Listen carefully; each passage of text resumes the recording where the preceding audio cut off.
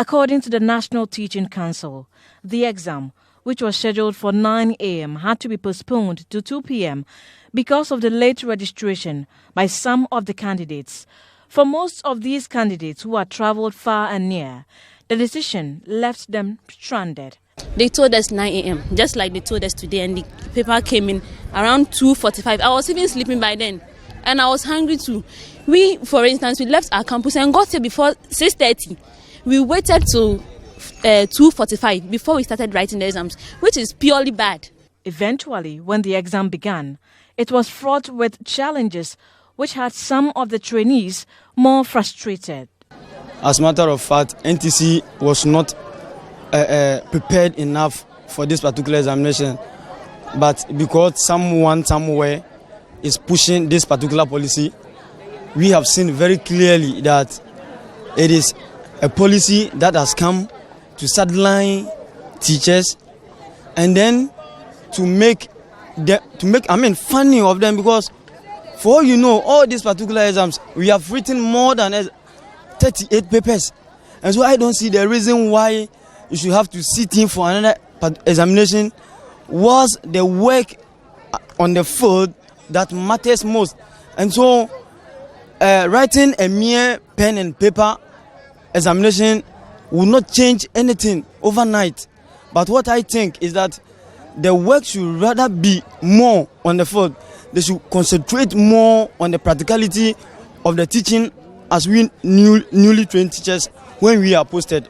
When we were writing a paper, I realized that people's babies were crying. Others will have to go out and go and breastfeed. Others will have to go and bring the babies in. People's babies were crying and someone can mommy. What is all this? Meanwhile, you told us 9 a.m. They were not prepared to organize this examination.